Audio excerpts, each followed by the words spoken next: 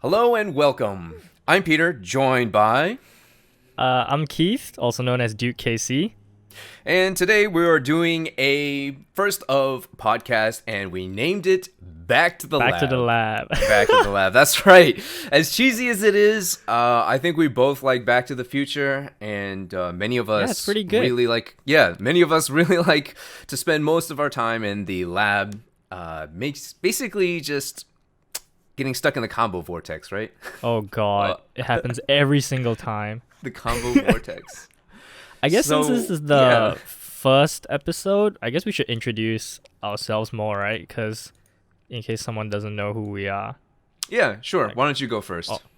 oh, okay, so I'm a Noctis and Devil Jin main, mainly Noctis, but I've been making content for Tekken for about roughly a year. And yeah, I've just been doing tutorials and character guides and stuff. And yeah, that's actually literally it. That's When did you actually start? I'm curious. January of 2019. Oh, Oh, start playing the game? No. Started making Oh, start content. making content? Yeah, January of 2019. Oh, January. Okay. Yeah. So yeah, I'm Peter, and I started making YouTube content, I believe, in March of last year. So Hmm. in 1 month time, it'll be exactly about 1 year since I started creating content, and I Nice. started making obviously Brian content, as you can tell by Oh. the banners. I do play some secondaries like Thing, Kazumi, and No, Jack. you have to be a strictly Brian main. You know what, Kate? I think the main thing that I really like is that you say that you're mostly a Noctis main, and for your Yeah, my image is thumbnail, for your Devil Jin. thumbnail, the image is Double Chin. I'm Devil Jin. Look, man, I had to pick a legacy character that was gonna last. All right, Devil Jin's not gonna make it to the next. Oh, sorry, Noctis is not gonna make it to the next game. I gotta take Devil Jin. But Or I or the other story is you didn't want people to not click your video, so you decided to pick Double Chin because nobody likes Noctis. nobody likes Noctis. No, look, I have the most fun with Devil Jin, but I perform better with Noctis. So when I want to win, I play Noctis. Yeah, That's how I it would is. I would prefer Noctis too if I just had to press the 2-2-2 button with no quarter circle forwards, no quarter circle backs. Very easy. No execution needed. Do you even have a forward input? Yeah, 4-4-1+2. That's his best move, man. No, but no 4-4-2. 4-4-2? No, he has no 4-4-2. Yeah, exactly. Look, man, I played Devil Jin. I got some Mishima skills. All right. All right. That's I guess we can jump straight into the topics, right? Sure. So Yeah. EVO Japan. Oh my god. Oh, I'm not what a gonna lie. disaster. I told you. Okay, so I told you I was gonna watch the whole top 8 and then be ready to talk about this, but I couldn't. I couldn't bring myself to do it. I watched No. top. I watched. Okay, so what I did watch was the game, the grand finals, right? Uh-huh. I watched grand finals, and Book.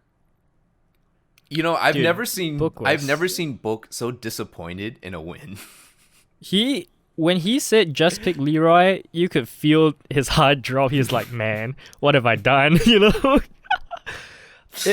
was such a disaster. Because I was in Australia when this happened. Yeah. And when EVO Japan happened, and basically I even tweeted like, oh no, I didn't tweet, but I said in my Discord server that like the day before, I was like, I have faith that there's going to be more diversity than just everyone playing Leroy. I tune into the stream, the first game's a Leroy mirror, and I'm like, fuck, shit, what happened? Yeah. I'm like, oh no, they messed up. And then in the end, we had 6 Leroys in top 8, which is pretty ridiculous. I don't think I've seen any other domination like that from any character. Not even during the era of season 1 where it was Jack and Dragunov. No, there's no such. Even in previous games, like Lars or Bob, I don't think even them had No, such wait a second. Bob domination. wasn't Bob in Tekken 6 like 6. everywhere? But I And- think there was never like 6 of them in top 8. There was like usually maybe 2, but there's a that make it into top 8. Or at least that's what Aris said, I think. Yeah. So Like when you have yeah, 75% of top 8 with one character, you know there's a you balancing messed up. Yeah, problem. that's a real issue. And Ulsan comes in during the intro. He puts up his phone. He's like, "Kill Leroy" and whatnot. And then everyone's like hailing him as the Leroy killer. But dude, this guy plays Kazumi. Like that's not that much better. There was a time when everyone was playing Kazumi too. You know what? I actually think Kazumi is more balanced in season 3. Because Yeah, she's pretty balanced. Yeah, I definitely think so. Because with Kazumi, like she 1-1, right? It used to be -1. That's And her downfall 1 used to be -1 as well. But Yeah. that was changed. Those were changed in season 2.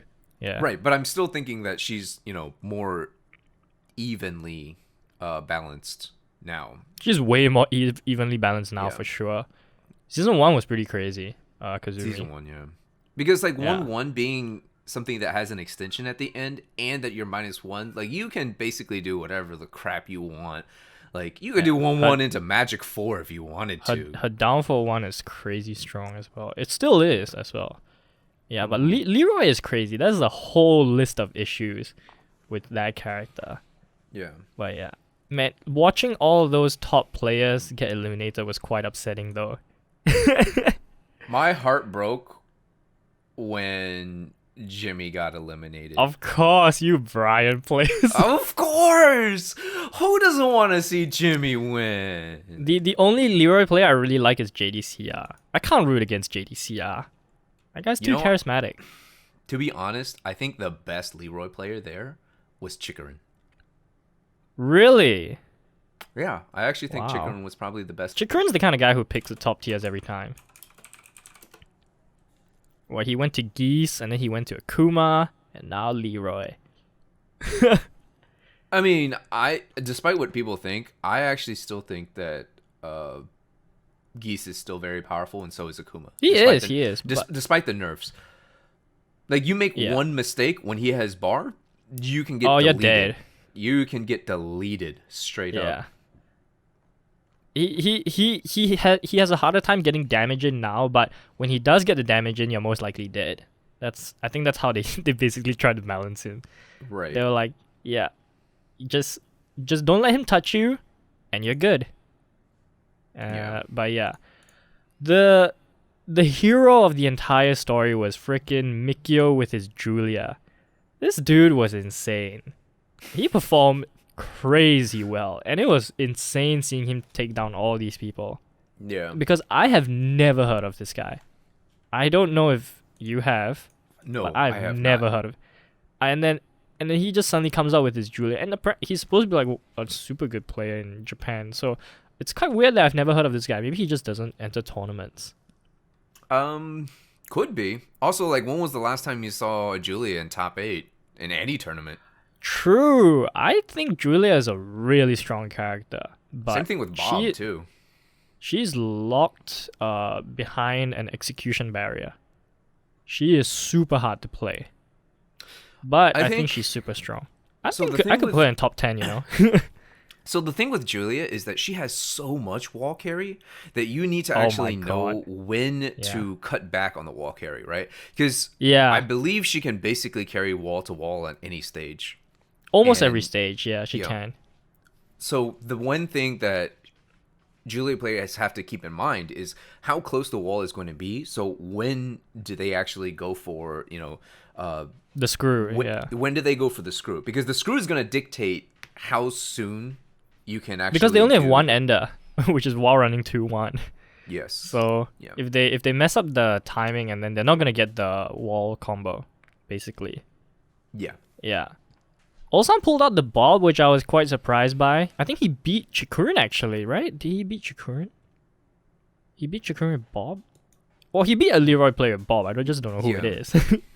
He okay. There's 6 Leroys. You're not gonna be wrong about that. That's true. You must have seen like the funny clip all over Twitter that day though, where Mikio thought he won. Oh yeah. That clip is devastating to watch. I watched that and my heart sank for him, dude. He was so happy. And I mean, then- this is not the first time though. This is not the first time that somebody thought they won and was elated, right?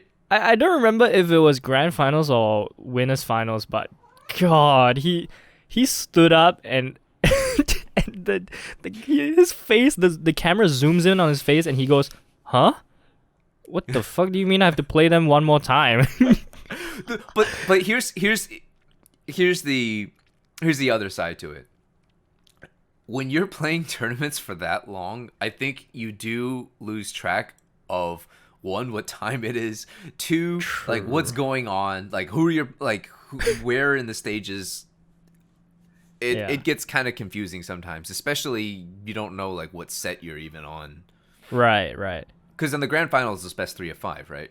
So Yes, grand finals and winners finals. Grand finals and is it?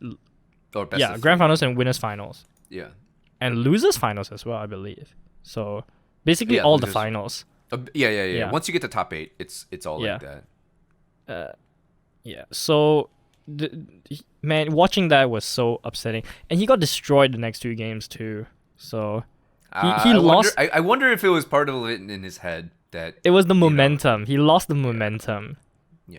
and that's super devastating. Because in a tournament, if you have the momentum, you can keep going. But once you get disrupted, that's why I always say, like, if someone hits the pause button, DQ, man, just DQ.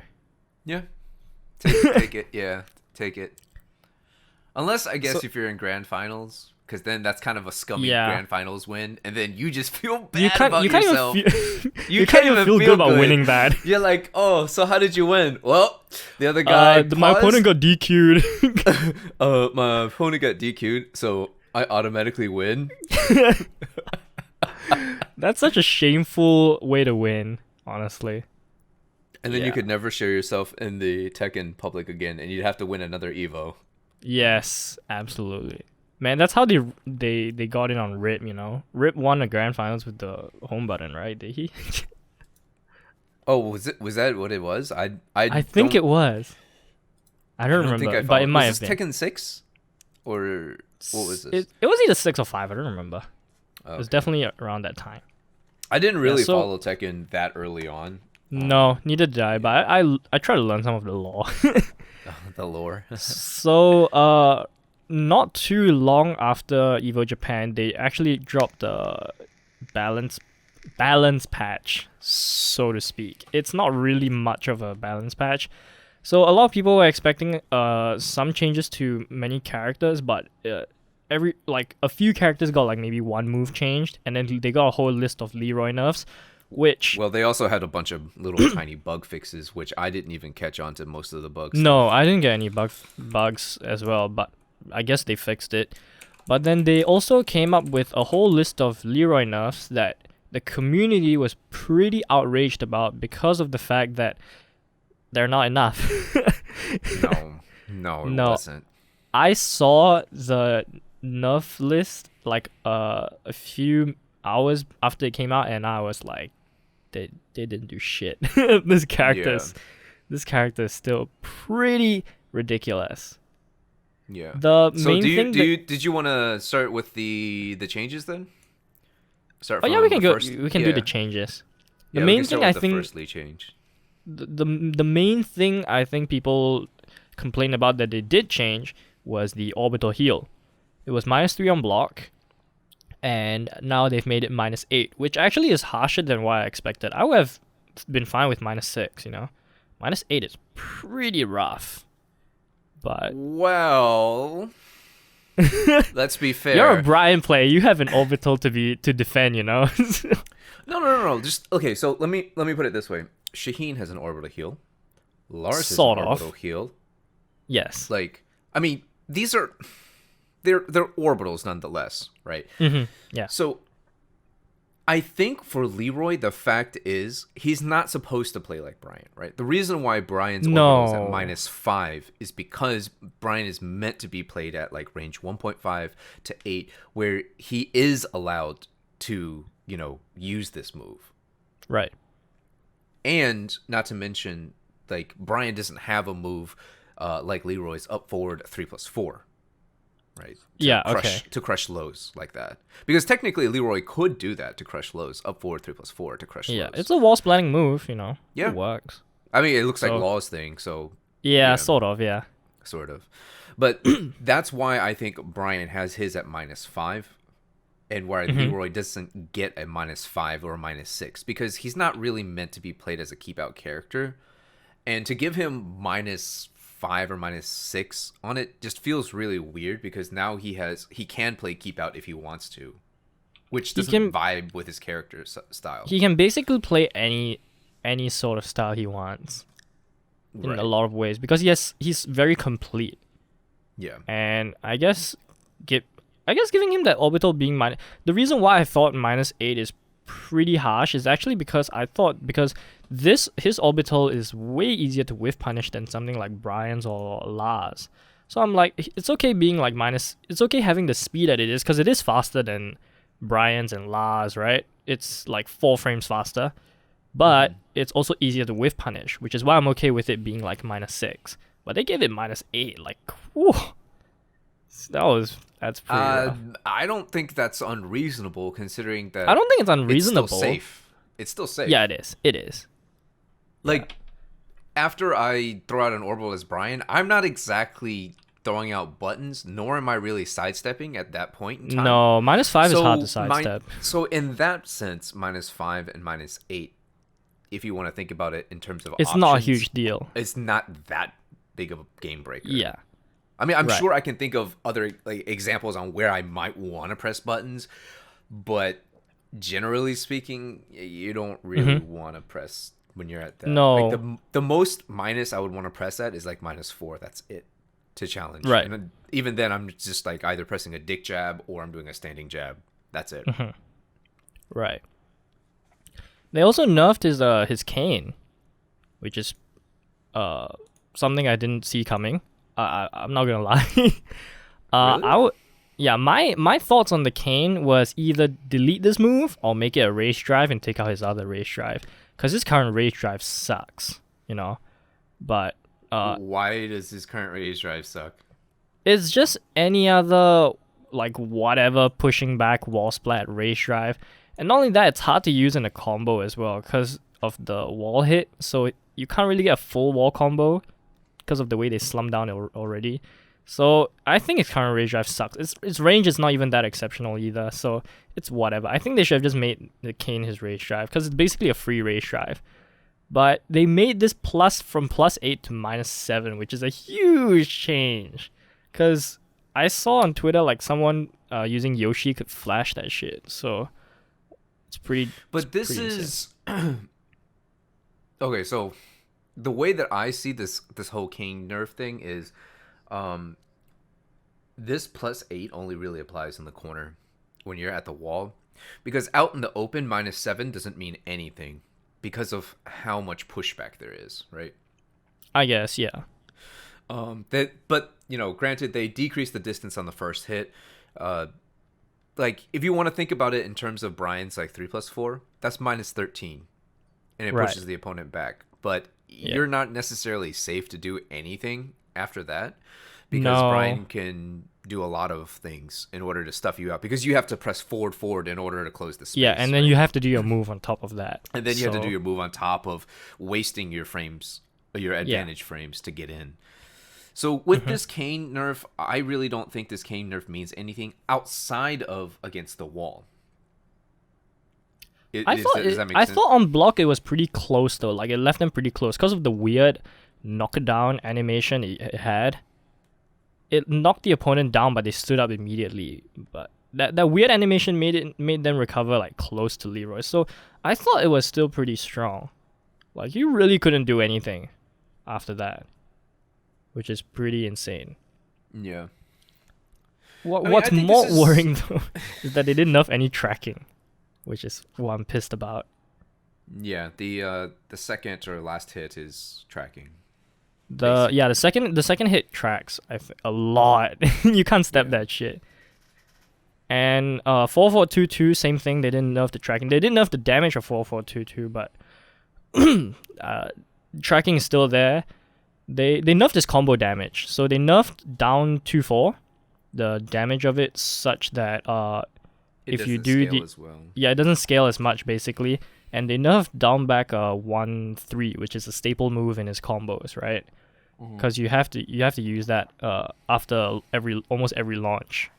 So his combo damage is pretty much it's still pretty high. I think it still hits 70 like easy, without What was walls. it before? It's like 76. It was like 77, or if you did I think it was like 77 Yeah. Okay. off the orbital heal. I don't remember exactly, but yeah, it's nerfed by like 7 damage. So they tuned it down a little bit, which I guess is fine. The downback one I thought was a really cheap move, and they did nerf the downback 1/1+2. It used to be safe. It's a high mid that is safe with the wall splats as well, which is so messed up. That move was so messed up. I can't believe that was safe. But they made it only -10, which is I think that's nothing. Yeah, that should be -13. I think it's if you're not playing Mishimas, you're not playing Josie, and you're not playing Gigas. Like, you're not getting a good punish. Yeah, -10 is ridiculous. I can't believe they thought that was good. They made it easier to punish. I think they thought it was good. I'm sure they thought it was good. Yes. Did you see the new hit animation though for up forward 3+4 1+2? It looks weird. Yeah, I'm not sure what to make of it. But then at the same time, remember when Jin got his forward 4 nerfed, where the opponent used to stumble back 1 step, and then now it looks like the opponent's slipping on banana peels? Yeah, fuck. They go so they like whoa, all the way back, dude. Yeah, I think that should be -13. Down back 1/1+2. I think they nerfed back 3 as well, which is his high safe launcher, which is like, I think that was a good whiff punisher. The twirling thing. Yeah, the immediate screw one. I thought that was. I don't really think that needed to be changed. 2 damage isn't really anything as well. But 2 damage is nothing on a move like that. No. Especially because that move's going to be used either almost immediately. Yes. Or it's going to be used as the first move. In which case, your 2 damage is absolutely nothing. No, yeah, it's not anything. Because the second hit of a combo is going to be scaled at 70%. Yep. So yep. It's literally shaving off like 2 damage. Yeah. So the down forward 3 nerf increased the distance between the character and the opponent when the move hits when they are down. I initially didn't understand that, but this is then for the pickup. It's for the pickup for 4-4-3, his homing move. So you can no longer get a combo off of that, which thank God. I can't believe you could get a combo off of that. That move is crazy, dude. And they didn't even change it. This is what I thought they were going to do with 4-4-3, right? 4-4-3 can be equated to Brian's mock kick, which is Brian's 4-4-4. Except mock it's plus. Right. And neutral. Or neutral, right? You're either neutral or you're +6 or plus. Yeah, it's plus whatever. At tip range, it's like +6, and then at up close up, it's 0, right? And Brian's mock kick, regardless of distance, is either -10 or -9. Sure, right. At certain ranges, you're not going to be able to get a dick jab to punish it, but certain ranges, you are. And yeah, it puts the opponent into crouch, but you're still -10. You're not going to press buttons. No, you're not. So, no, you're not. So with Leroy's 4-4-3, it's the same. It's a high, it's a homing move, and it comes out pretty quickly. But it's 0 to +6. It's +1 to +6. Or sorry, +1 to +6. Yeah, +1 to +6. I actually thought they were gonna make that like -3 to +3, depending on range, but they didn't change that at all. Why? Just make that shit -9. Just make that shit -9. I can, but okay, fine. I guess. How about this? Just make it -5. I think -5 would be very fair for that move. That's all right. Yeah, I guess. Like, are you really going to duck a Leroy at range 2 to try to avoid this move? Because if you do, you get nailed by 4-4-2-2, right? Oh yeah, 4-4-2. I forgot about 4-4-2 too. They hit the same range. They're at the same exact range. Nah, 443 has way more range than 4422, right? No, but like you can cover the same range. Like if you're Oh, the playing at dash, range the 2, dash. Like, yeah. the dash can cover. If you're playing at range 2, you can throw out 4422 or you can throw out 443. Either way, you're covering the same amount of space. Right. So something So I you don't noticed really, yeah. about 4422, now that you mention it, is that actually they reduce the damage. But what I found more interesting is that it's, I don't know if this is a stealth nerf or either I'm blind, but it seems like the pushback is reduced. Like, before there was ranges where you can't really punish that move because the pushback made it basically impossible to even get your 12 or even 13 frame punish in. But I really tested it. Like, I kept trying, but I couldn't get that range anymore. I don't know if it was a stealth nerf for the pushback on block, but I couldn't get it to be at that range anymore. So maybe they stealth nerfed it. I don't know, but thank God. that was one of the most like messed up things about that move. The tracking and the pushback. Those were the two main like buggers. Yeah. That really made it tough. So I think any move that has a forward input because of the realign is going to make it just try. Yeah. It's also the same reason why a dash electric is unsteppable. Because the 4-4 realigns. Like unless you're stepping during the electric phase where they're doing the forward into crouch. Yeah. Or sorry, you're doing forward into the crouch dash. If they do a dash electric, it's unsteppable. Yeah. So so I guess that's about it for the changes. It's not a huge list of changes. And some of the moves I was surprised that they didn't actually nerf. Is it back down? 1+2? That move, I'm surprised. Is it the parry? And down 1+2. No, back 1+2 is that short 12 frame counter hit move. Oh, okay, I remember back 1+2 now. So back 1+2, I'm surprised they didn't nerf down 1+2. Is the 12 frame counter hit launcher, right? Yeah, that move is 12. That move is crazy. I remember when I first used Leroy, I was like, this seems like a shitty move. Like, the range is so shit. But, why would you use this move? Yeah, why this would you move use is It's terrible. so good. What the heck? That move is crazy. You know, Mikio refused to use Party Crasher against Leroy because of back 1+2. Back 1+2 was, like, he used Party Crasher, like, once, and then he got counter hit. And then he stopped using Party Crasher after that. I was like, Jesus. Yeah. It was crazy. That move is insane. It gains more range if your opponent pushes a button. It's basically like Lee's back 4, or whatever. Yeah. The back 4 into Hitman. Yeah.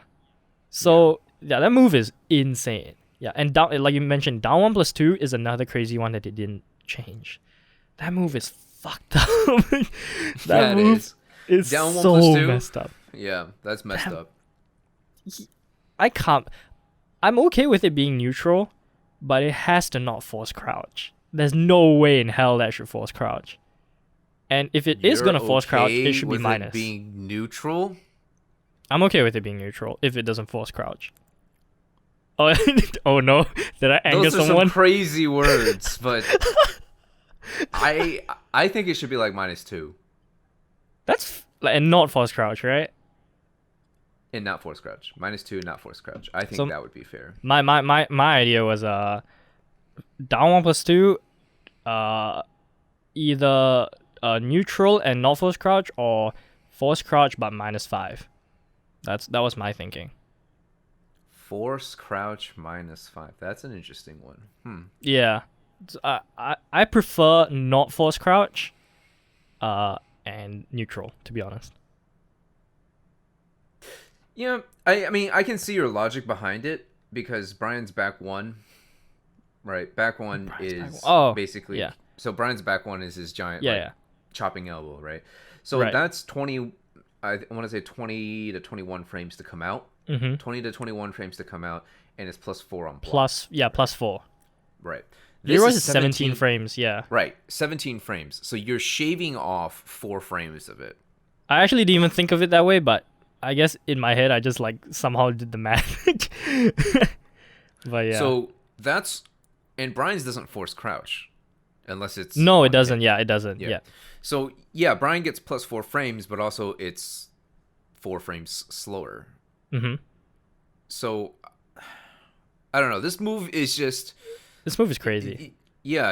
I think it needs to be like -2, and then not force crouch. I think Or if its you force crouch property is what makes it so spammable though, because you can't step that shit if you're on player depending on what, one. yeah. Yeah, and it's basically like Dragunov's down 2 in season 1, you know? It's not really about the -1 or the neutral that people made a big fuss about. It's the force crouch property that was the big deal. And removing that was that was what made that move so oppressive, you know? Because basically when you're force crouched in that situation, you only have like 3 options, right? Unless you want to go crazy YOLO. Like your only option is either dick jab while standing 4, or crouch step. cancel. Yeah, so that's your only options, and that's what makes it super suffocating when you're playing against a Leroy as well, because they can just do down 1+2.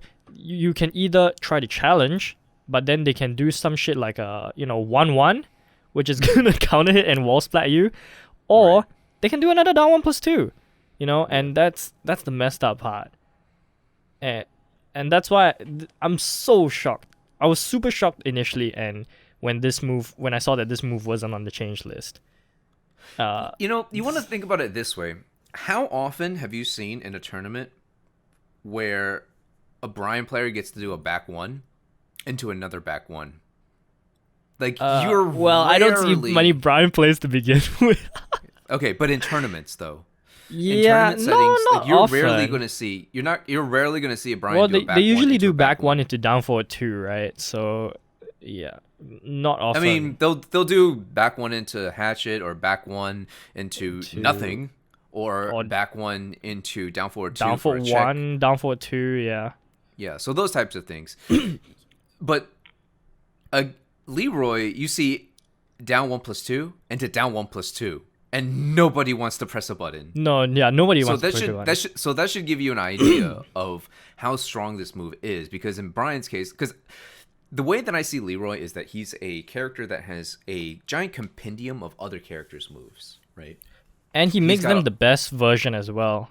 Right. He makes them the best version as well. So that I compare down 1+2 to Brian's back 1. And if you're not really seeing Brian players in a tournament setting doing like back 1 into back 1 because of, one, how steppable it is, and whereas Leroy's case, you have down 1+2 into down 1+2, like I saw it quite a bit in the top 8 tournaments. Yeah, it happened a lot. Many down 1+2s, yeah. So I think that's why this move should get some sort of a nerf. And I'm sure Bandai Namco is going to address it in their second round or something. Yeah. But then what was the other? I forget. My limited brain capacity forgot. What was the other move we were talking about? Oh, back 1+2. Oh yeah. Yeah. Back 1+2. I had the same initial thoughts as you when I saw this. I'm like, wow, I guess Leroy doesn't have a Magic 4, so back 1+2 is in. I thought it was a shitty move at first. Yeah. So, yeah. And it ended up being like one of his top moves, which I was pretty shocked by. I think this is, if you want to compare it to a Magic 4, this is the Magic 4, but as you know, there's quite a bit of characters who have a hard Magic 4 combo, right? Asuka has a hard Magic 4 combo. I wonder who. Brian has a hard Magic 4 combo. Hella hard, yeah. Yeah. And then who else has a hard Magic 4 combo? I think Leo's is semi-hard. You also have to do a dash jab afterwards. Mm-hmm. But basically any character that has to do some sort of a dash animation or connect a rather hard attack for Magic 4. But this move, if you consider the range also that Leroy wants to play at, he wants to play at like range 1, roughly. He can play at any range, to be honest. He can play at any range, but I think he's best probably played at range 1. Something. He's very oppressive, so yeah, I guess that's true. So if he wants to play at range 1, back 1+2 is a fantastic Magic 4 button. Right. And it's hella hard to whiff punish too, because that shit recovers hella fast. And yeah, I believe it does recover pretty quickly. It recovers super fast. I think like now that I think about it, back 1+2 has almost the exact same frame data as Brian's Magic 4. 12 frames. Is Brian's Magic 4 12? Yeah, frames? Brian's Magic Oh. 4. Dude, I wish he had a 11 frame Magic 4. I thought it was I'd 11. fucking spam the shit out of that thing. No. Like, Brian's Magic 4 is 12 frames minus 5 plus 6, right? Minus 5 on hit plus 6 on hit. Or sorry, minus 5 minus 5 on block. plus Yeah, 6. okay, I got it. Yeah. Yeah. And Leroy's is back 1 plus 2. And that thing, it's the same frame data. Mm-hmm. So... Except his is a. I mean, but this mid. is His is a mid. Oh yeah, I It's the forgot it mid. was a mid. Oh my god, yeah, that's right. It's a fucking mid. I completely blanked out. I was like, oh, yeah, it's like a Magic 4. Oh wait, it's a mid. That's right. That's why it's so messed up as well. Yeah, so if you're ever at minus 2 and you try to like do a dick jab, you're gonna get Oh, fucking you're counter gonna hit trade, with, and then he's gonna win the trade. he's gonna win the trade every single time. Yeah. Clean. And I remember I wrote down when I wrote down my proposed nerfs, I didn't really think about back 1 plus 2 too much. I only said like, oh, change from 12 frames to 14 frames. Now that I think about it, probably should make that also slightly worse than that. I think making that 14 frames or 15 frames would be pretty fair though. If you want it, keep it at 12 frames. What you're gonna have to do, I think, is increase the whiff recovery, right? I think Increase that the has to whiff be done recovery. regardless. Even if you make it slower. Cause that really does recover hella fast. You really can't punish it. It's super hard. So I think you have to make it slower and make it harder to make it easier to whiff punish as well. I'm okay So with the what, block make it like frame minus data. 13. No, I'm okay with the block. I13. I13. Oh yeah, I13 or Startup. I14. I'm okay with I14. I prefer I14. But then it also has to be easier to recover, easier to whiff punish. But I'm okay with it staying at what is it, minus 5 on block? Minus 5 on block, yeah. Yeah, I'm okay with that. Like I'm perfectly fine with that. I know some people who want it to be like minus 9 or some shit. I think that's a bit rough. Minus 9 is super rough. Yeah, that's Like hella- it's yeah. Minus 9 is super rough to deal with. Yeah. That's back 1 plus 2. I think that move is crazy. I didn't even think much about that move to begin with. I end up being super good.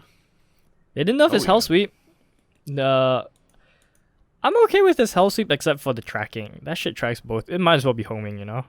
It's basically a homing hell sweep. Yeah, sure.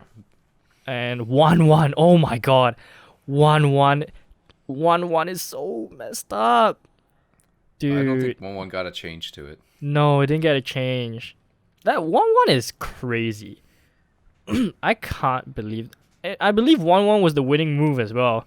Because Book did a 1 jab into 1 jab. And then Mikio decided to push a button. And then he did 1-1 confirm into 1 plus 2 1. And then wall splat and then 1. That was the winning move. This move is crazy. Okay, so what would you rather have? What would you rather make 1-1? High? Okay, I know exactly how to change this. I already. Oh, you know exactly. I wrote this Okay, down. All right, Bandai Namco, Okay, listen up. So Listen up. Keith knows the answer to this. So the way it is now is it's full natural string if the first hit is a counter hit or the second hit lands as a normal hit, right? I think they should move that 1 space back. They should make the second hit land as a counter hit or the third hit land as a normal hit for it to be natural. I think making it fully natural combo from the first hit as a counter hit is so messed up. Okay. I think the second hit should be it should only be natural on the second counter hit or the third hit being normal hit. That's how I think it should be. I think you don't really need to make 1-1 it's like a high. That's probably not a big deal. It would be nice if it didn't jail also. It doesn't jail. No, it doesn't jail. 1-1-1 plus. Wait, what am I talking about? It's a mid. Second hit's a mid. What? Yeah. So you can duck the third hit, but I think that wasn't really it's still hard to punish because of the weird lingering hitbox. Yes. So you maybe need to do a full crouch move that. Optimally, a definitely- full crouch move if you have one. If not, you have to time it well, I guess. And I also think that the third part, the 1 plus 2 part, should be minus 13. It should not be minus 10. I think minus 10 is pretty whatever. So that's my 111 plus change. 2? Yeah, 111 plus 2 should be minus 13. Last hit being launch punishable, that's fine. It should only be I don't natural. think it should be minus... You don't think it should be minus 13? I think it should be minus 12. Oh, that's fine. Yeah, minus 12 is fine as well. And then I think the second hit, it can only be natural string if the second hit connects on counter hit or the third hit connects as a normal hit. Those are good changes. I think that's a good change, that the second hit has to be counter hit. Yeah. That's my thoughts. I think... Can you imagine getting that much off of a counter hit jab? You know, that's... No. Yeah. No. No. What? Does any other character have something like that? Yes. Yeah. Wait. Fang. Oh, who? Fang Wait, and really? Jack. Fang and Jack. Back one. Oh, wait, back shoulder. one is 10 frames? Oh, it is. I thought it was 11. Oh, God. No. Yeah, it's 10. No. It's 10. And But back one. Jack forward is, 2, yeah. And Right. then Jack's forward 2. But forward 2 is minus 12. Right. So, like, Jack can't exactly freely throw it out there if the opponent is on point, right? Right. I guess the argument can also be made to just make this harder to hit confirm, 1-1.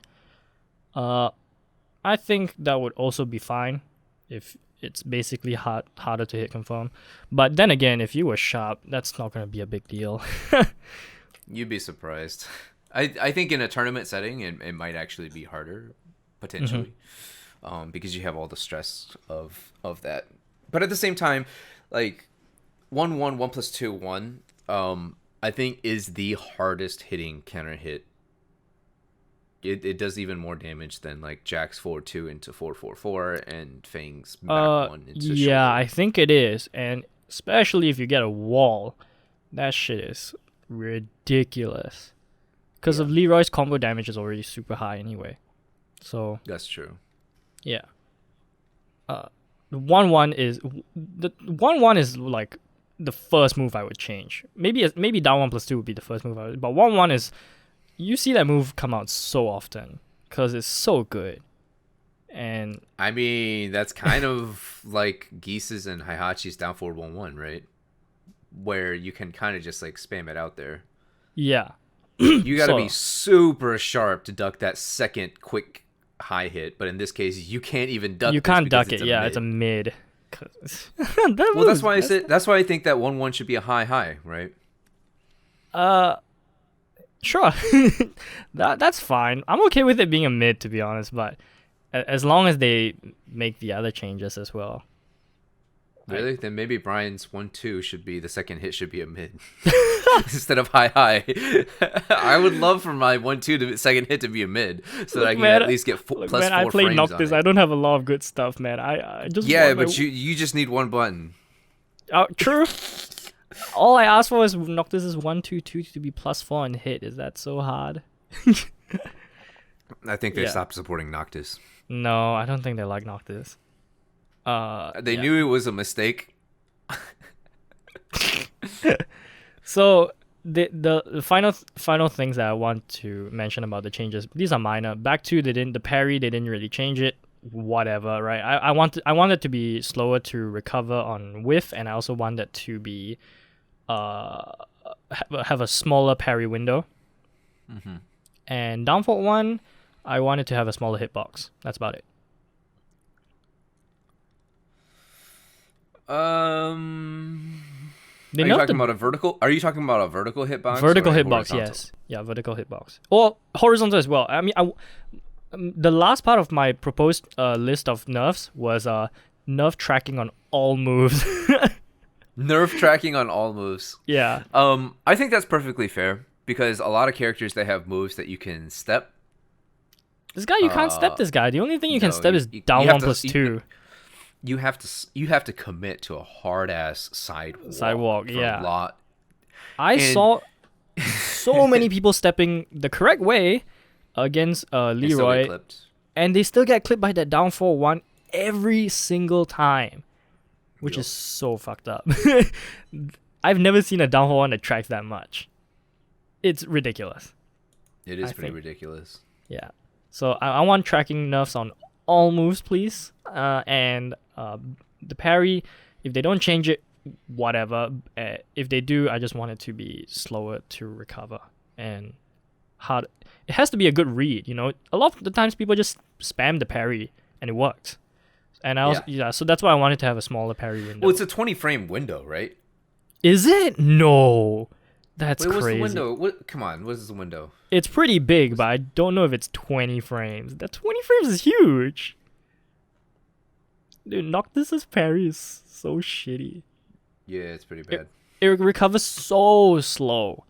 And its parry window is not even that big as well. It's only like... Where is this?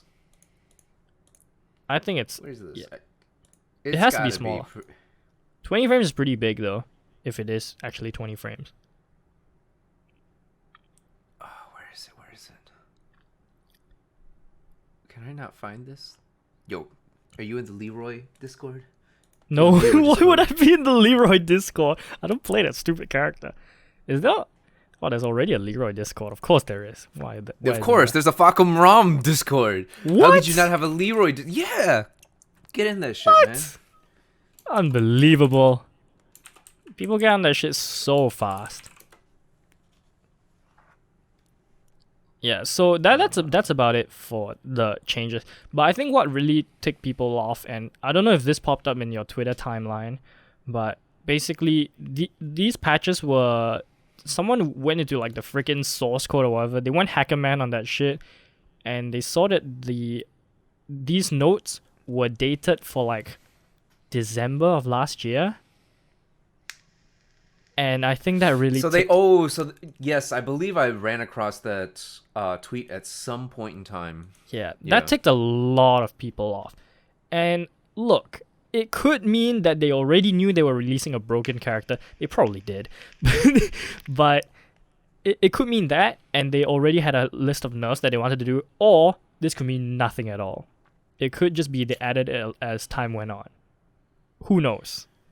So there are two options, in my opinion. Okay, so all right, these patch notes are dated back to December of last year. Yep. I think the most likely possibility, if we want to give, if we don't want to give Bandai Namco the benefit of the doubt, Yeah, then they released the character they knew that was and then broken. and then we throw them under the bus. Then the option that we have is they decided that at that time, look, we want to make our money. We're greedy fuckers. We want to make our money. We'll release a broken ass character. We release a broken ass character. Everybody can get on board, mash some buttons, learn some janky B&Bs, and still deal 68 to 72 damage. And then we'll nerf him later, you know? We've already gotten And then we'll nerf them later. So if we want to go that route and throw them under the bus, that's the answer. I don't think that's the case though. Right. So the other option is they started to start looking at things that were broken that they wanted to fix. For instance, maybe they did start with characters like Leo, where they fixed an issue with the half part of the move, and then like they also were looking at Shaheen with the down 3 into down forward, the sneak stuff, all these other things. Maybe they started taking a look at all of this and they were slowly building upon it. Because I have a hard time believing that when you're trying to troubleshoot and bug fix, you're going to do it all in one day and all in one sitting, and you're going to find all the bugs and you're just going to be like, here's a list. That's pretty unlikely, right? Yep. And also it's going to take time for people to provide them with feedback on Leroy. Mm-hmm. So that's one. The other option that I have, if we want to give Bandai Namco the benefit of the doubt, is that yes, this was dated for that date, but maybe they didn't want to release the patch immediately. Maybe the Leroy stuff that we're seeing now is only part of the list, and they've gotten rid of a bunch of the other nerfs that maybe would have destroyed the character. Because let me put it this way: people don't really. Okay, I see what you mean. Yeah. So let's say stuff like his Hell Sweep. Maybe they decided to nerf the damage by 50%. That would have killed Hell Sweep altogether, in my opinion. Yeah. Like, why would you ever do a Hell Sweep? That Useless move. Yeah, useless move. So maybe they had more nerfs on Leroy and they decided to cut back on it. That's an option as well. I don't think that they that's the could have done. case because they have other nerfs coming. But those could have been a part of the original batch of Oh, nerfs. maybe, yeah, maybe. I think what happened is just they made this like whatever document, right? And Right. then these patch notes, and then they just as time went on, they added stuff, and then they just released it, and people are like, oh, it's dated at this time, but I don't think they did that all in one go. You know, No, there's no so way that you do it yeah, all that in they one didn't go. they didn't like type all of this shit out in like one sitting. I think they added it over time, which is why I think it means nothing that it's dated from December. And The yeah, the other thing that I want to point out is that yes, the gamers know what the immediate experience is, but I kind of also don't like it when games immediately do a nerf on something without letting players. So let's say Leroy was released and then 5 days later Leroy's nerfed. That kind of feels not enough time for players to adjust to the character. You know? right. So like it would destroy basically like the players who have been prepping for EVO Japan. No, not even that. Like Oh. you want players to evolve, right? Because Right. there's certain things about characters that you don't know how to counter until you've labbed it enough. There's little hidden gems and things here and there. For instance, like which way to step, which way, like can you backdash this? Can you do this and that? I feel like 5 days is not enough time to properly adjust for that.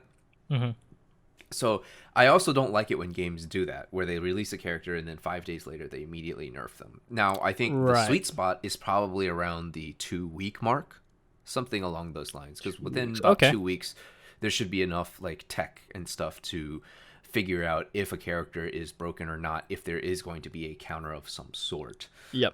Because the counter can be as simple as play him at this distance. When you're in the mid range, you can sidewalk, sidestep, but when you're at range 0, you cannot sidewalk, sidestep. You just literally have to backdash your way out. Right. Yeah, I get what you mean. Yeah. Yeah. I think that makes sense. The way they're doing this whole nerfing thing, I don't know if you like it or not, but some people are ticked off by it. But they basically they're doing this slow nerf because like Michael Murray came out and said like, we are releasing there should be a nerf coming soon, right, in a few days, mid February, and then another one that's going to be a full character balance patch in before the tour starts, so probably around March or April, around that time. So they are slowly nerfing Leroy. They're going the slow route so people can slowly adapt to it. But some people just want to kill him now, you know? So I don't know which camp I fall under. To be honest, I'm okay with them slowly nerfing him because there's no real agree. big tournaments now. So it's not so bad. Sure, it's not as good for the player experience now because he's still a pretty strong broken character, you know? But Right. I think that they are thinking of it from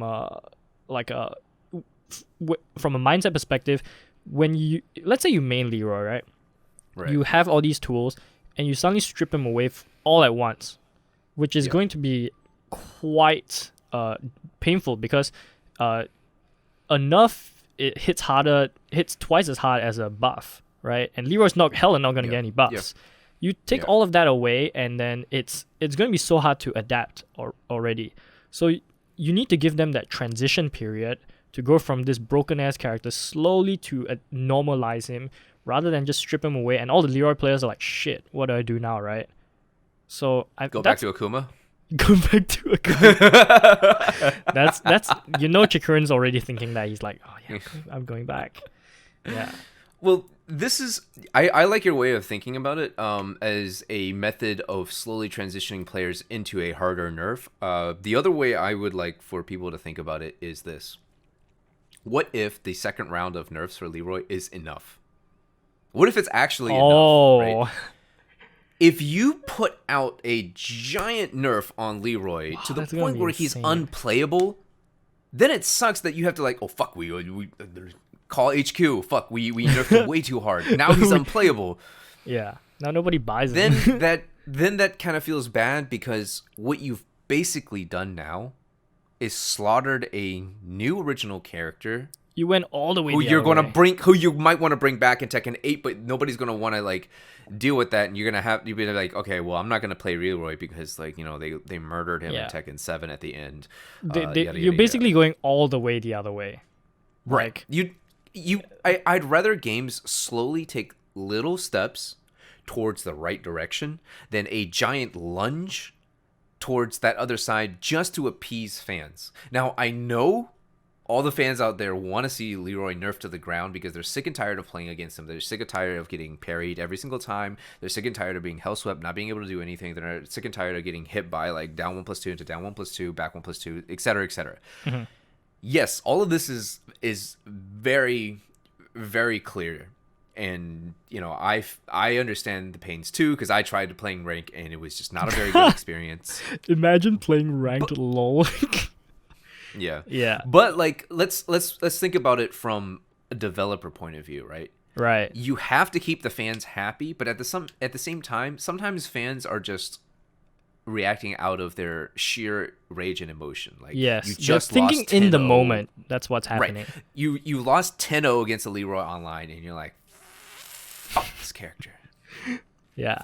I think the same about Chloe, and Chloe's not even that amazing of a character. Oh, I love that matchup. Oh yeah, you talk so much about how I'm much the you only love... person who loves that matchup because I'm like, yep.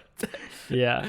Because it was one of the first matchups that I labbed because I had two players in the lobbies that I played at who played Lucky Chloe. By the way, shout outs to Haitake Kakashi. Thank you for your wonderful lobbies. Like there was just two Chloes, and like if you didn't learn the matchup, and there was a 5-man lobby, you're just gonna get blown up 2 out of 5 players, and one of them being you. So half of the time you're just gonna get blown up. So if you didn't know how to like deal with Cali roll spring kicks, you didn't know how to deal with the windmills and the sea chairs, like all this nonsense, you're just gonna get blown up every single time. Yep.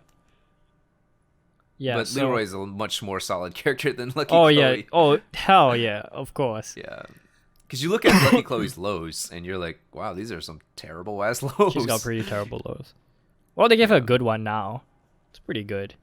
The running one. Yeah. So I'm okay with the slow nerfs. I'm excited to see what the second nerf is gonna be. The second patch is gonna be coming in a few days. I hope. I think. I'm curious to see what the third one's gonna be. Oh, the third one. Yeah.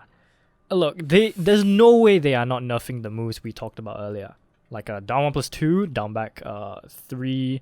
1-1 and maybe back 2. I don't know. There's no way they're not touching those. Yeah, there's no way there's not touching those. I think everyone's been talking a lot about 1-1 and down 1+2. So yeah, they're gonna have to touch those. Yeah, for sure. Yeah, I mean, look, Michael Murray came out and said so I'm gonna take his word for it. It's hard for me to see Michael Murray's tweet sometimes because he gets very sensitive sometimes on Twitter. Mm-hmm. But I mean, I would too. Like these guys pour their heart and soul. Like these guys, true. As I understand that. As much as the tournament players, as much as the community pours their heart and souls into this game, Michael Murray also pours his heart and soul into this game too, and I'm sure, and Harada as well, right? Of course. Tekken 7 almost wasn't going to fucking happen because of the disaster of Tekken Tag 2. Yeah. It was because of those two who literally went to Namco and pleaded with them and said, look guys, we need to make a Tekken game and it's going to be the bum.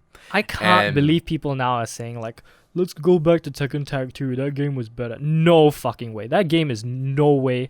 I think that game is not as good as Tekken 7 Season 3. And to be fair, I'm one of the few people who actually like Season 3, but the people that are saying like we should go back to Tekken Tag 2, that was actually a better game. I think the novelty is gonna wear off very quickly once you start playing that game again. You don't like the fact that you get like comboed for like 10-15 seconds of not doing anything. That game is crazy. That shut a lot of people away. And I know Season 3 is also kind of doing the same, but I don't think we're at that level. I think people are overreacting. IMO. And look, I actually think Season 3, what they need to do is or here's my suggestion. Tekken 8, reduce the damage of combos. Okay, like just take whatever. I'm okay with amount like the of season combo 1 damage. combo level, like combo damage level. Season 1 style. You could do that, or you can technically pull it back a little bit more so it's more poke oriented. I think now the damage is so high because everyone has good wall carry. Back then, Yeah, not everybody everyone. is good. Yeah. There's a few people who didn't really get any real wall carry changes. Like I guess Noctis didn't get any wall carry changes. Did Brian get any wall carry changes? No, right? No, but it made his hard combos slightly easier to do. Oh, right, yeah. I mean, you still have to time certain things. You have to time the dash after the triple spin kick, like 4-3-4. Oh, 4-3-4, yeah. You still have to, yeah. So after 4-3-4, you still have to time the back three, but it's a lot easier to do now. I think Before you had to be like a fucking Jedi in order to time it, or else you just miss it. a lot Even though I of still miss characters it. now have such good wall carry, and a lot of them got buffs to certain moves that would potentially help their combo damage as well. Like Devilgen, for example, got his back 2-1, which is now his highest damage combo ender if you can get it to scale properly.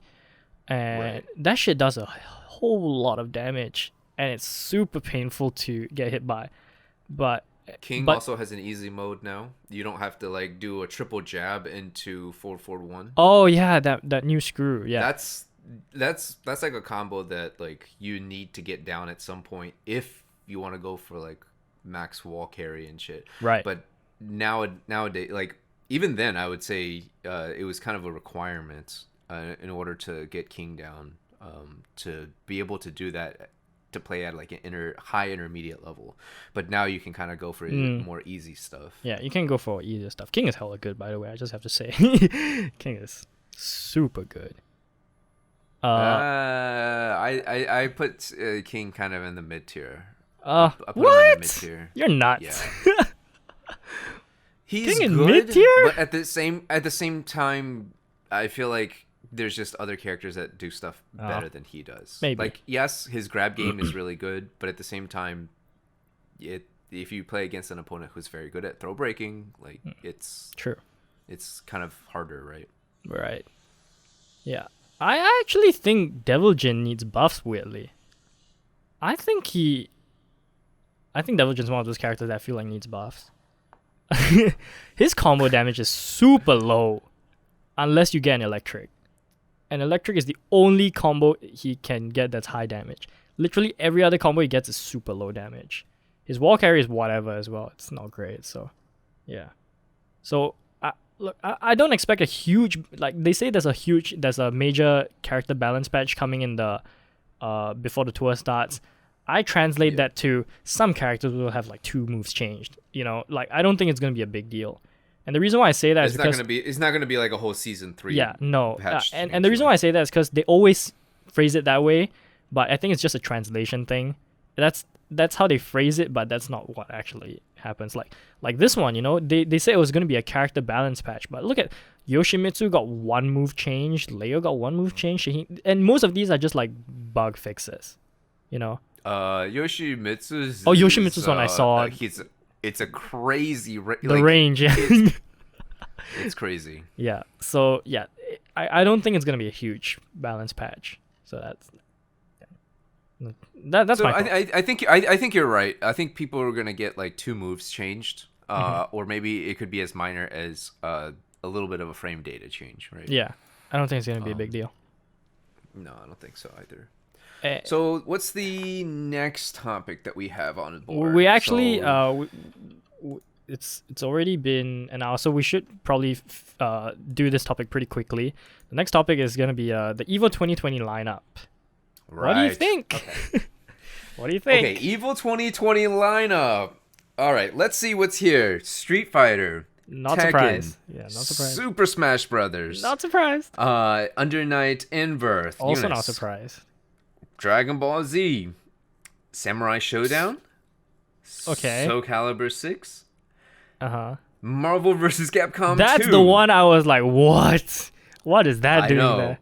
I didn't realize also that this initially was a invite-only tournament. Wait, it is? Oh, I think so. I think it's only top 8 qualifiers for this. that's interesting. There will only be 8 players, and they have to be, I think, past EVO champions or something. Wow, that's pretty crazy. I didn't know that. Well, that's why it's titled champions. I see. Oh, tournament. At least that's what I think it is. Oh, I see. Anybody listening to this podcast, if I'm not right, don't crucify me, all right? Someone add him on Twitter. Hey, you said this wrong thing in the book. You said this wrong. Yeah. And then there's also obviously the Grand Blue Fantasy Versus, which just came out on PS4. Oh, so you mean there's no Mortal Kombat 11? I was very shocked. That feels bad. You know why? Because all the other NRS games have had 2 years of EVO. Mortal Kombat 10, Injustice 2. That was 2 years. I think it's because EVO and NRS don't play well, from what I heard. Like, they don't like each other that much. Really? So is because NRS NetherRealm private never tournament? gives them like reveals and whatnot like the other games. I think. So there's some politics involved. From what I heard, I don't know if it's true or not, but yeah, they don't really like each other. So maybe that's why they cut them out. Yeah. I think it's pretty crazy not to include Mortal Kombat 11, even though I don't really like that game because I don't play it. And from what I've watched, I'm like, it's whatever. It's a Mortal Kombat game. But I'm pretty shocked. I feel like you could remove Dragon Ball FighterZ and put that in. Oh, don't say that on this podcast. Oh shit! Oh shit! People are gonna fucking crucify you for that. I mean, what else are you gonna remove? You know, you can't remove Street Fighter or Tekken or Smash. You could not include Grand Blue Fantasy Versus. I mean, I honestly don't know well, that's a new much game. about You this have game. to include the new game. Okay, how about Marvel vs. Capcom? Yeah, you 2 could probably take Champions? that out. Yeah, you could probably take that out. I'm curious how many people will enter in this year to Samurai Showdown and Soul Calibur 6. I know Samurai there had is quite a lot last year. Oh, did it? Yeah, it had Samurai Showdown had like a lot of entrants last year, which was very surprising. And it seems like a lot of people like that game too. So maybe it'll do well. Soul Calibur 6, I'm not sure. Okay, in your opinion, what are the games that you are not surprised by on that list? On this list? Not surprised. Street Fighter, Tekken, Smash, Samurai Showdown, and Dragon Ball. Actually no, take away Dragon Ball Unist. I'm not surprised by those. I'm surprised Dragon Ball made it back in, to be honest. But I thought it wouldn't last another year after last year. The ones that I'm not surprised by is Street Fighter 5, Tekken 7, Smash, Dragon Ball Z. I'm not surprised by because everybody fucking loves, some DBZ. Sure. And Unist did really well last year. Yeah, Unist did really well. I'm not surprised by that. The only two I'm surprised by that made it back was Soul Calibur 6 and Samurai Showdown. Those are the two that surprised me. Right. But then again, I don't really follow Samurai Showdown that much, and I also don't follow Soul Calibur that I'm not much surprised that Soul Calibur made it in, but I'm just confused that it made it in over MK. That's all. Yeah, that's the one that I'm surprised. I feel like those two could be traded. That's the reason why I'm so surprised by it. I think Samurai Showdown coming in is not surprising for me. It did quite good numbers. It surprised everyone at how good numbers it did last year. So I'm not surprised. A lot of people seem to like that game. Yeah, so could be good. You know what would actually be really cool for EVO? Every year, that center spot is a old game that was featured at some point in time. Oh god, they're gonna put in like Street Fighter 2 or something. Third Strike or whatever. And then I think that would be really cool. Or they could even often bring back maybe Melee, right? I Smash feel like Melee, you have to put that as a side community. tournament though. Can you do that as a main title? I mean, they can do it with Marvel vs. Capcom 2. I don't see Oh why yeah, they can't do it with other games. I keep forgetting about. I mean, this you could say the stupid same game. thing. You could say that Marvel vs. Capcom 2 should just be a side tournament, but the fact that they're making it a main tournament. That's unbelievable. That made it in, but not MK. I'm not even an MK player, and I'm mad about it. The fact that this is a center game tournament also means that EVO 2020 is going to run shorter in terms of time, I think. Because you don't have a whole bracket of Mortal Kombat to run through. You just have like top 8 players. It's easy to run. I mean, look, the Smash guys are always late. So Right? it's okay if we have a shorter bracket, you know? People want to go home. What was the biggest entered in tournament last year? Smash. Super Smash It's Brothers? Smash, yeah. It's Yeah. easy. It's always Smash. There's no way it's not Smash. It's always Smash? It's always Smash. Smash had like a crazy number, and then followed by Street Fighter 5, and then very closely, like it was only like 50 Very close people, to Tekken 7. like 50 people behind Tekken 7. Yeah, it was Tekken 7. Yeah. I mean, Yeah. Tekken's growing every single year, so Yeah, I this think is Street Fighter had. This is a good trend. I think Street Fighter didn't grow every single year. I think. Did it have lower numbers, like the year before or last year than the previous year? I don't remember. I don't think Street Fighter grew every single year, but I know Tekken 7 did grow every single year. Smash is always gonna stay on top, you know. That's not surprising. That's because I think Smash is in two parts. One, they have really, really strong community building. And Okay. there's a lot of variety of tournaments being held everywhere. Right. And the coverage that they have, and I think it's because the community has to be so good about it, because Nintendo doesn't really support too many of these tournaments, right? Man, yeah, but whoever won EVO Japan, man, that sucks for him. He only got a freaking pro controller or whatever. wait, seriously? You didn't Is know? that all The No. prize for winning EVO Japan Smash was like some special gold controller with the Smash logo on it. Wow. That was no prize money.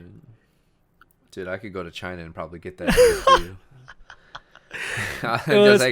was- you see this picture? You see this picture? I want you to make 100 of these, just like this one. It was so sad because like he worked so hard for a controller. I saw Leffen talking shit about it on Twitter. Of course he was talking shit about it on Twitter, but man, that shit was funny as hell. I can't believe that was the prize. That was ridiculous. Yeah, it happens, man. Yeah. So, yeah. I'm okay with the lineup. I just think it's weird not having MK. That's about it. I think that's what everyone feels, to be honest. Yeah, I agree. It's pretty whatever.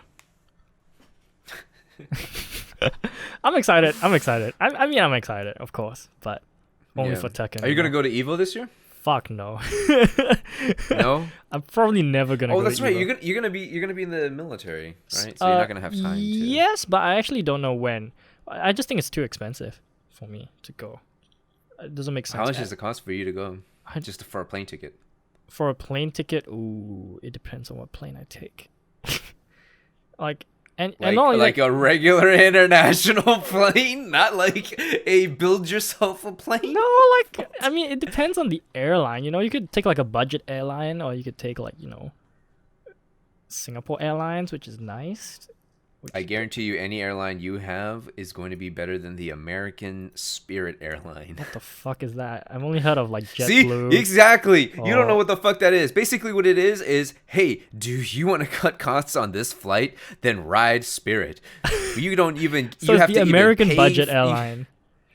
It is. They basically strip you of everything, so you have to pay for everything, right? You carry What? on, you got to pay for that. Check in. Oh, you that's gotta how they pay make for their that. money. And- What?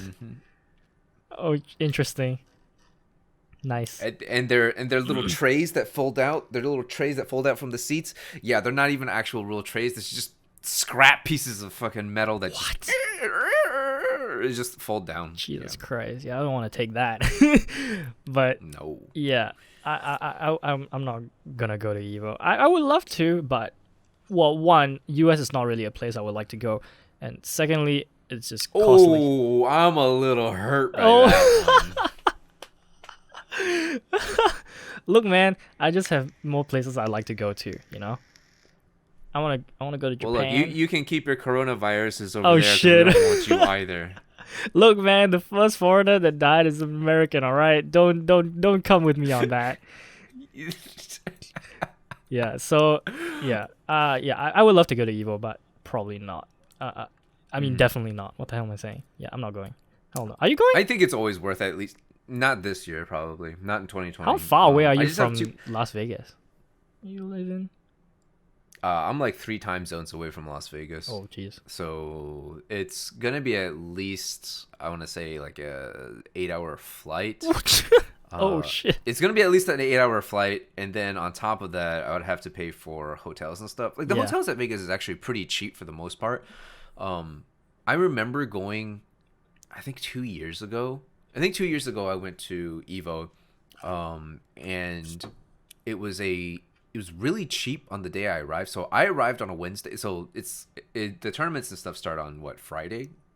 Friday I think it's Friday. Friday or Saturday. Yeah. So I wanted to arrive 2 days in advance so I could just start playing like friendlies with people casuals. and get some games in. Yeah. So I arrived on a Wednesday. I remember my hotel being $40 on Wednesday. What? And then that's $30, crazy cheap. like $30 or $40 on Wednesday, and then it was like $50 something on a Thursday, and then it shot up to like $100 on Friday, and then $100 something on Saturday, and $100 something on Sunday. So interesting. Like the weekends is where the prices shoot up. Of course, yeah. That's when everyone not comes in. surprisingly. Yeah. Yeah. And then if you don't gamble, then you can save quite a bit of money. Food is pretty expensive. Water is fucking expensive. If you want a bottle of water at the hotel, good luck. $5 for bottled water. That's ridiculous. Yeah. I think if I would just ever go to a US tournament, it would have to be Combo Breaker. Like, there's no way I could not not go to Combo Breaker. That tournament looks hype as hell, man. What about CEO? That shit's held in a fucking CEO is cool, ring? But I think Combo Breaker, the entirety of last year, my favorite tournament to watch was Combo Breaker. So Combo Breaker is the one I would love to go to. You know, Word. Combo Breaker is pretty sick.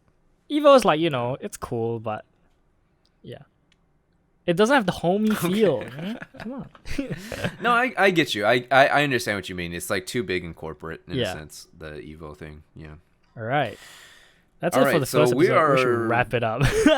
We should definitely wrap this up. We should. Okay, what do you want to plug? Anything you want to plug? Yeah, I just hope that everybody who joined us for this first podcast of Back to the Lab is really enjoying it. Please leave us, both of us, myself, Peter Y. Mao, you can leave me any sort of comment on this video. I'm open to any suggestions. Yeah. And Keith? And same thing for me. If you want to tell me anything, you can just leave a comment, or you can also join either one of our Discord servers. It will be in the descriptions of the videos, and you can just tell us anything that you want, anything you think about the podcast, any of your thoughts. It'll be fine. Follow us on Twitter. Twitter is where we're at. It's pretty good. And yeah, that's about it. If you're listening on an audio platform, thanks for listening. Hopefully this was good on your commute. And the links to the won't be in the show notes because of the way the audio platforms work. It's kind of hard to have links on there. But you can just go check out the. You can just go check it out on the video version as well in the description of it, and you can find us there. But yeah. Yeah, I know that it's like you can't do the links on Spotify, I guess. Yeah. So yeah, that's about it. Thanks everyone for listening. Thank you everybody. Thanks for listening. Appreciate it. Bye. Bye.